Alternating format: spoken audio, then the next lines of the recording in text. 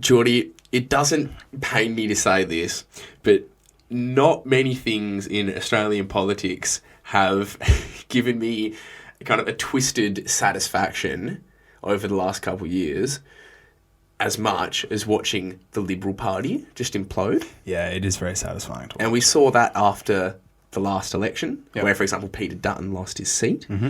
But it appears that instead of consolidating and rebuilding Yeah. and starting to push forwards again, they are somehow falling even further. That they are. So in the most recent developments of the Liberal Party imploding, Yeah. we've had Andrew Hastie quit his frontbench position as the Minister for Home Affairs. A couple of weeks ago, we had Jacinta Nampijinpa-Price step down after Susan Ley basically pressured her to do so. She had made comments about the Labor Party pursuing Indian migration into Australia without any sort of substantial evidence. Yeah, that's right. And so Susan Ley asked her basically to step down, which she did. And now we have Andrew Hastie, who's kind of the future leader, the supposed kind of future leader of the Liberal Party. He's 43 years old, pretty young still. I think he's been in Parliament now for better part of a decade, maybe longer. Yeah. And he's definitely vying to hold the position of the leader of the Liberal Party. He has, as I said now, just stepped down. He's a bit of an interesting character. He represents what I've heard people call the new right of the Liberal Party, which is the populist right-wing faction of the Liberal Party that is trying to pursue the Nigel Farage, Trumpian right-wing kind of agenda. Yeah.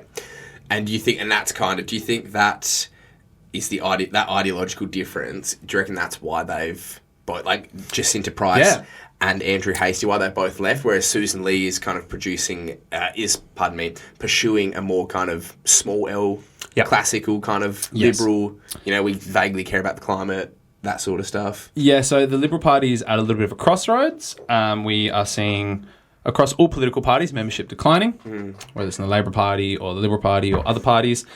What's happening with the Liberal Party is that at the last election, they kind of lost the middle ground per se. A lot of people, I think, voted for the Labor Party because they saw Peter Dutton and his policies as a pretty poor effort to imitate Trump's policies. I think Australians were witnessing what was happening over in America, and they said we probably don't want to replicate that in Australia. So I think a lot of people, swing voters, probably voted for the Labor Party. That's one perspective per se. So the Liberal Party now there's a large segment of the moderates that have said, look, we need to go back to our traditional roots. The John Howard sort of, this is a broad church where we have all different political perspectives and factions come together and represent middle Australia, the kind of small L liberal middle Australia. This is the party of Robert Menzies. Correct, yeah. The middle class, the home owning class, small business owners, the professional class per se. That has started to kind of collapse. So what's happening with Andrew Hastie and the New Right is they looked at the last election and said, well, we were too moderate. We need to replicate Trump's policies. We need to do what Nigel Farage is doing. We need to lean into this right-wing populism. We need to be unapologetic. We need to stand fast. We need to talk common sense. Of course. So Susan Ley represents the moderate side of the faction where she's saying, no, we need to stabilise. We need to go back to kind of John Howard's vision, and that's how we will retain the middle ground and how we will get back into power.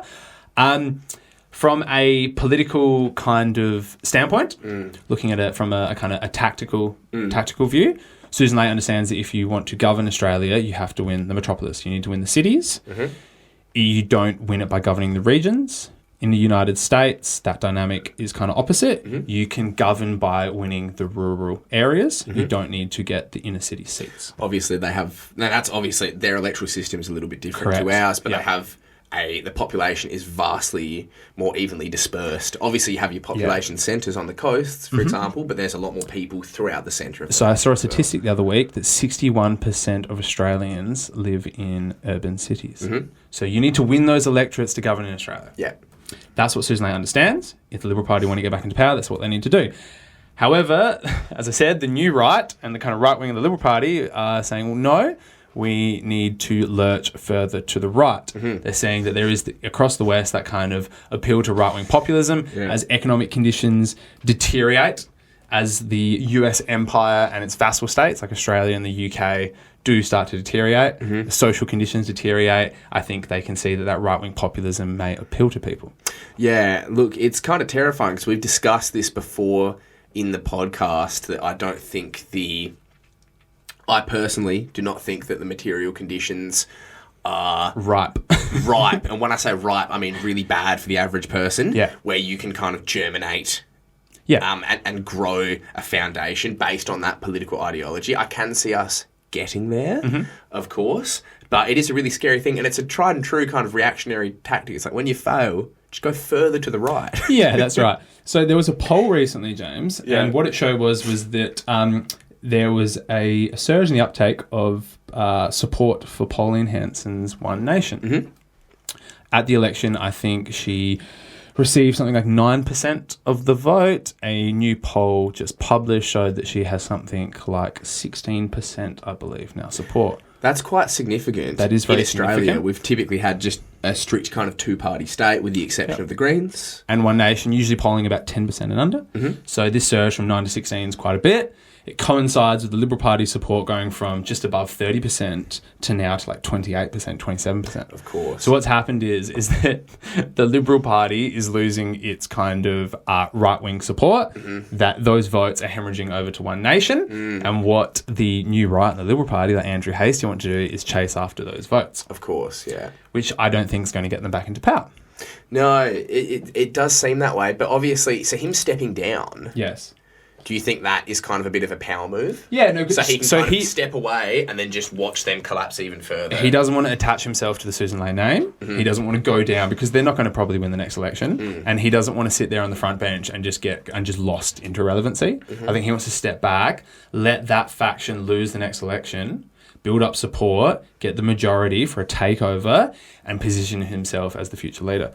That could be one perspective. Yeah, and obviously a younger man who's probably a bit more in tune with kind of sentiment amongst younger people, as opposed to, for example, the Liberal Party. They always very old. Yeah, you know, there's not as many young people. I don't think the Young Liberals exists anymore. So I think that could be a pretty astute position that he's making there.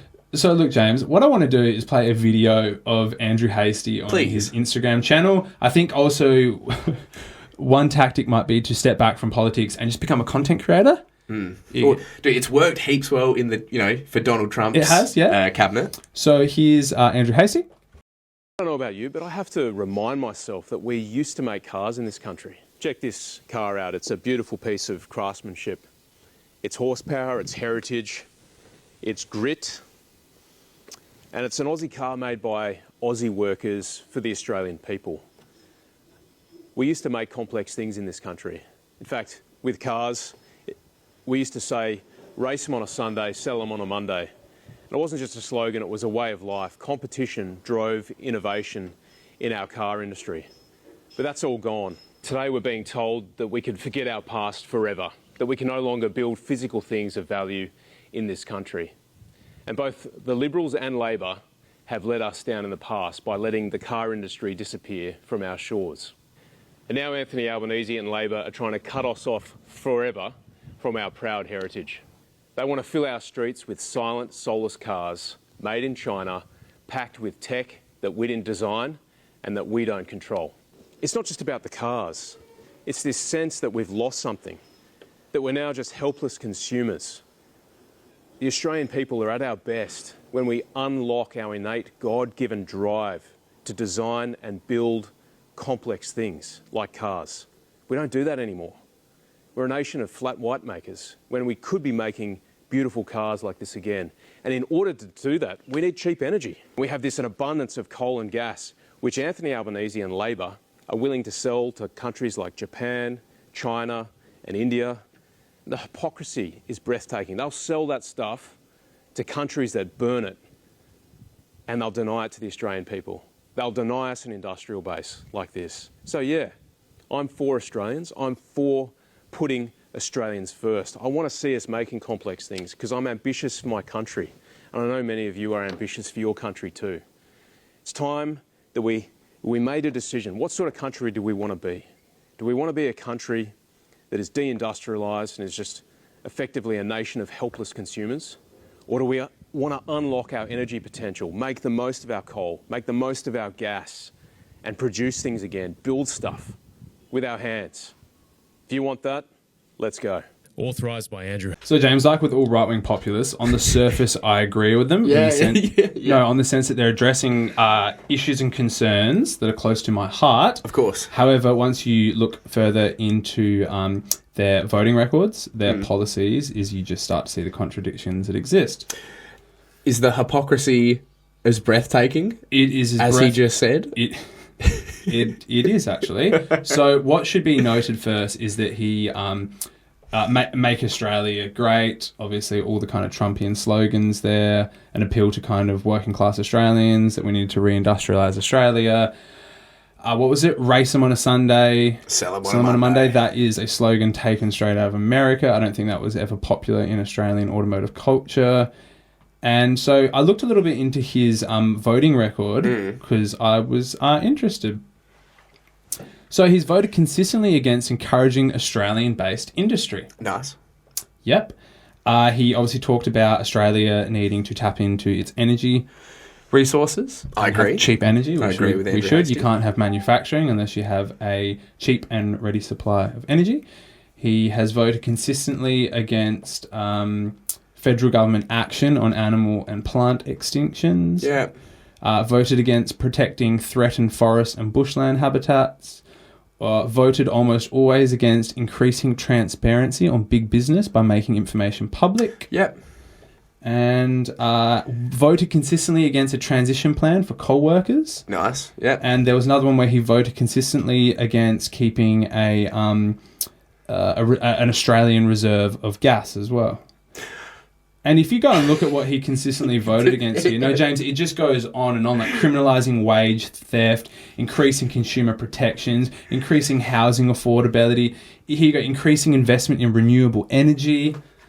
Wow. So every one of those problems that he was lamenting over in that little video, he has voted consistently to make those Yeah, problems. that's it. Yeah. Gets upset that we're a nation of flat white makers, yet voted consistently against making TAFE education free. Of course, yeah. Like, just... Yeah, well, classic reactionary right-wingers, man. Yeah. It's But again, dude, it fuels that cycle of just, like, vote, like, use all your parliamentary power to make life shit. Yes. Complain about how shit it is, get into power. And make it worse. Yeah, that's right. It's just the cycle. Oh. And if you actually sat there and you looked at his party's voting record and you looked at his kind of, I guess, his ideas of political economy, it has always been privatisation, neoliberal policies, then make a video complaining about privatisation and neoliberal policies, deindustrialisation, and then pursue policies that just continue that process over and over. Dude, look, I love Aussie cars. Yeah, so do I. Hands down, love like Ford Falcons, Holden Commodores.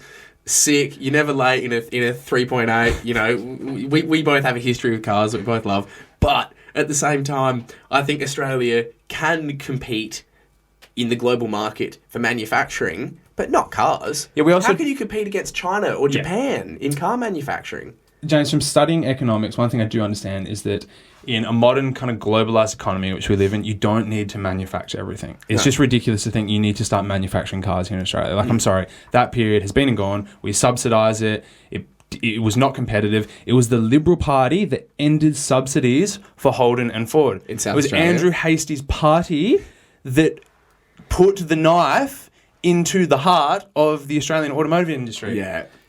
That's just completely forgotten. But we don't need to compete with Japan, China, and South Korea to make cars. Like, that is absurd. There's other things we can put our resources and skills into manufacturing, brain power into here in Australia. Yeah. That isn't automotive. And James, unless you want to bring back like metal carburetor powered V8 Holdens from the 1980s, it is just ridiculous. No, I was like, cars that are literally designed to kill every inhabitant of the vehicle in the event of a crash. That's it. No, look, sick cars, but do you think his base, do you think the people that he's appealing to understand that.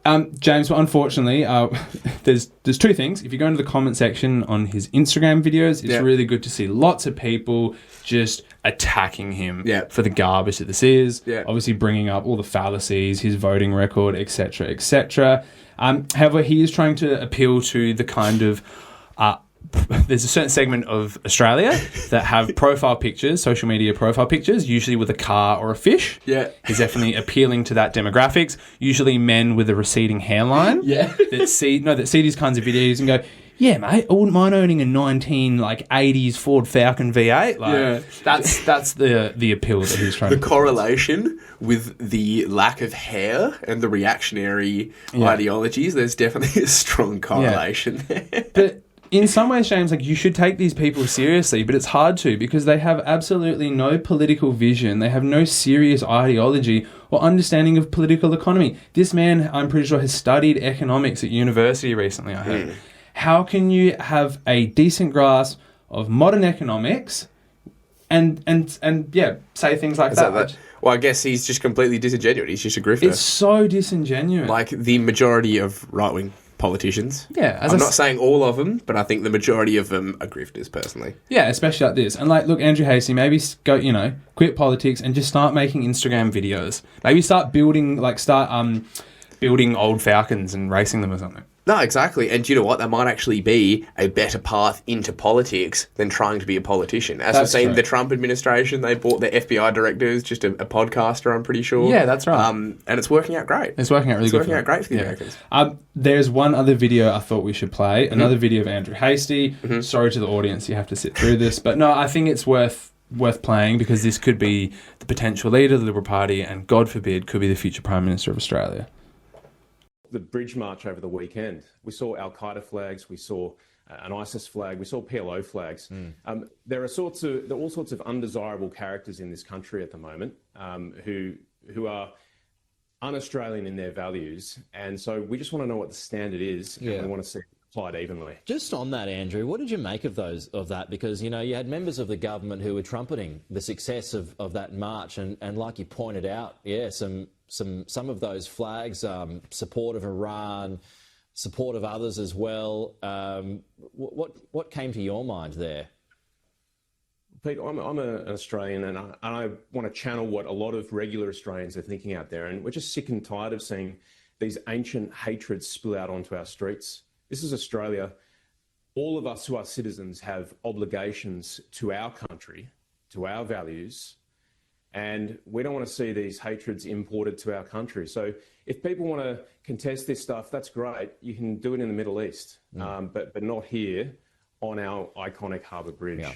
And I think that sentiment is pretty widespread. Authorised by Andrew Hastie. And I would just say, James, as an Australian citizen, I have an obligation to humanity to not see people slaughtered and bombed and have their homes destroyed and have Australian taxpayer support to those countries.